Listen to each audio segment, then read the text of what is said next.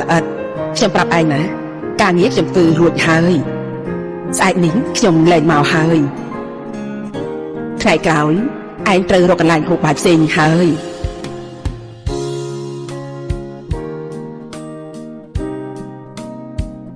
អ៊ំស្រីចាំដល់ថ្ងៃខ្ញុំទៅឆ្លោះហើយខ្ញុំច្បាច់សងគុណអ៊ំវិញសងគុណណាខ្ញុំឲ្យឯងហូបបាយបងឲ្យឯងសងគុណណានៅក្មេងយ៉ាងនេះត្រូវធ្វើអ្វីជាក់ស្ដែងកុំស្អែងតិចនឹងសម្ដីធ្លោះខ្ញុំឃើញឯងជាប្រុសអត់ឃ្លានគួរអាណិតទើបបានจะឲ្យបាយឯងហូបឯណាចង់ឲ្យឯងសងគុណឯងនោះអ្នកណាក៏ចង់មានថ្ងៃលេចធ្លោដែរតែបើសិនត្រឹមតែគិតនោះគឺរស់នៅបានស្ងប់ចិត្តហើយអាល្អិតបែបនោះណាគឺមិនមានកំណើតនោះទេ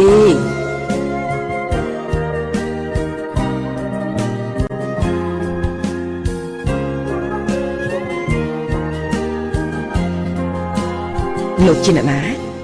ហេតុអីក៏មកផ្ទះខ្ញុំណាមីង